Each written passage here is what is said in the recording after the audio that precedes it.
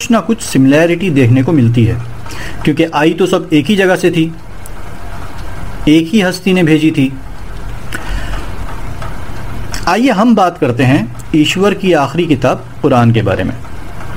اوپر ہم نے جتنی خصوصیات کے بارے میں باتیں کی ہیں جو ایشور کی کتاب میں ہونا چاہیے، وہ ساری کی ساری قرآن میں موجود ہیں۔ آگے ایک ایک کر کے ہم اس کو لیں گے انشاءاللہ۔ سب سے پہلے قرآن کے بارے میں جو غلط فہمیاں اور جھوٹ پھیلایا گیا ہے، آئیے سب سے پہلے ہم ان غلط فہمیوں کے بارے میں بات کرتے ہیں۔ ایک غلط فہمی یہ ہے، مسکنسیپشن، کہ قرآن کو پروفٹ محمد نے لکھا ہے صلی اللہ علیہ وسلم، جبکہ ایسا نہیں ہے۔ قرآن صرف اور صرف خدا کا کلام ہے، اس کا ایک ایک ورڈ اللہ کا کہا ہوا ہے، اور اسی لیے قرآن کا کوئی بھی آتھر نہیں ہے کہ فلاں فلاں شخص نے اس کو لکھا ہو۔ محمد صلی اللہ علیہ وسلم نے جو کہا ہے ہم اسے حدیث کہتے ہیں، اور جو عمل خود کیا ہے اسے ہم سنت کہتے ہیں۔ حدیث اور سنت الگ چیز ہے اور قرآن الگ چیز ہے۔ غلط فہمی نمبر 2۔ دوسری غلط فہمی یہ پھیلائی گئی ہے کہ محمد صلی اللہ علیہ وسلم نے پہلے کی دوسری آسمانی کتابوں میں سے پڑھ کر اور اس کے بعد اپنی طرف سے اس میں کچھ ایڈ کر کے یہ پوری بک بنا لی۔ یہ بھی غلط ہے، کیونکہ محمد صلی اللہ علیہ وسلم کا کبھی کوئی استاد نہیں رہا جو ان کو پڑھنا یا لکھنا سکھاتا، مطلب نہ وہ پڑھنا جانتے تھے نہ وہ لکھنا جانتے تھے۔ تو یہ کیسے ممکن ہے کہ وہ کوئی کتاب پڑھ بھی لیں اور اس کو لکھ بھی لیں؟ اس میں دوسرا پوائنٹ یہ ہے کہ پہلے کی کتابیں یعنی انجیل، تورا یا زبور یا کوئی بھی، اس میں انسانوں نے کافی موڈیفائی کیا، جس کی وجہ سے اس میں کئی سائنٹیفک میتھمیٹیکل ایرر آ گئے، اور یہ بات 1400 سال پہلے کسی بھی انسان کے لیے پاسبل نہیں تھی کہ وہ ان سارے کے سارے ایررز کو پہچانے اور اس کو صحیح کر کے کوئی دوسری بک بنا لے، کیونکہ ایررز تو وہی صحیح کر سکتا ہے اور بک کی پیورٹی کو وہی صحیح کر سکتا ہے جس کی بک ہے، یعنی کہ اللہ۔ تو جو بھی غلطیاں اور ایررز بعد میں انسانوں نے انجیل وغیرہ میں ڈالے ہیں، اللہ نے وداؤٹ ایرر کے دوسری بک دے دی کہ اب اس کو فالو کرو۔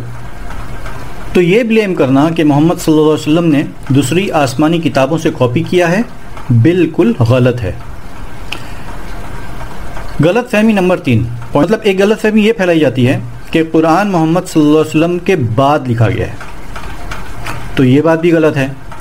اس کو سمجھنے کے لیے ہمارا یہ جاننا ضروری ہوگا کہ قرآن ایٹ اے ٹائم سارا کا سارا نازل نہیں ہوا، یا پروفٹ محمد صلی اللہ علیہ وسلم نے پورا کا پورا ایک ہی بار میں اپنے صحابہ کو نہیں دیا، بلکہ وقتاً فوقتاً تھوڑا تھوڑا کر کے قرآن نازل ہوتا گیا۔ قرآن کا سب سے پہلا ورڈ اقرا یعنی کہ پڑھیے، اور اسی کے ساتھ میں اس کی جو آیتیں ہیں، ٹوٹل 5 آیتیں ہیں جو چیپٹر 96 میں ہیں، اس وقت نازل ہوئی جب حضور صلی اللہ علیہ وسلم کی عمر شریف 40 سال تھی، 40 ایئرس، اور اس کے بعد اللہ نے ٹوٹل 23 سال کے عرصے میں قرآن تھوڑا تھوڑا کر کے حضور پر نازل کیا۔ تو 23 سال میں تھوڑا تھوڑا کر کے اترا ہے، نہ کہ ایک ہی بار میں۔ پوائنٹ نمبر 1 اس میں۔ تو جب بھی جتنا بھی قرآن حضور کے صحابہ ان سے سنتے، وہ نہ صرف اس کو یاد کر لیتے بلکہ ان میں سے کئی صحابہ اس کو لکھ لیتے تھے۔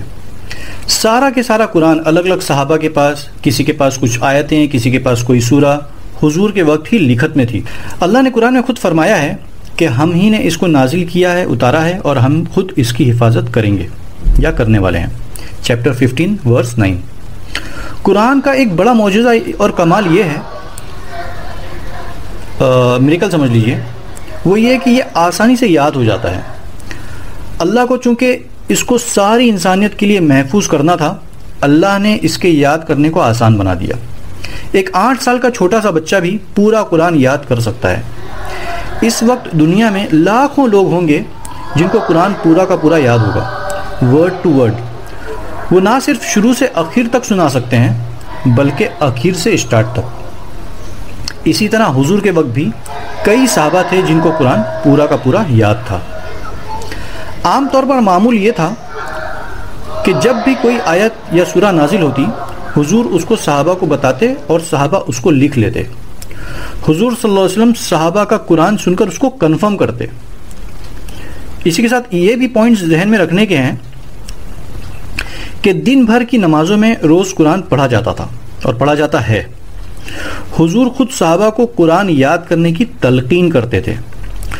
بہت سے صحابہ کو قرآن زبانی پورا کے پورا یاد تھا، جیسا کہ میں نے پہلے بھی بتایا، جس میں حضرت ابو بکر، حضرت عمر، حضرت عثمان، حضرت علی، حضرت ابو ہریرہ، حضرت زید، حضرت عبداللہ بن زبیر، حضرت عبداللہ بن عباس، حضرت عبداللہ بن عمر، اور بہت لمبی لسٹ ہے، رضی اللہ تعالی عنہم اجمعین.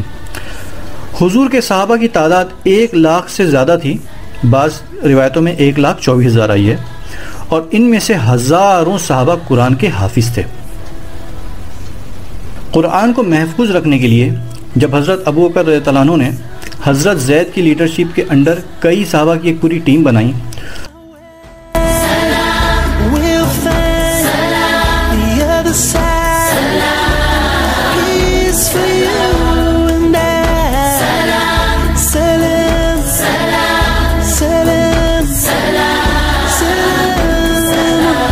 سلام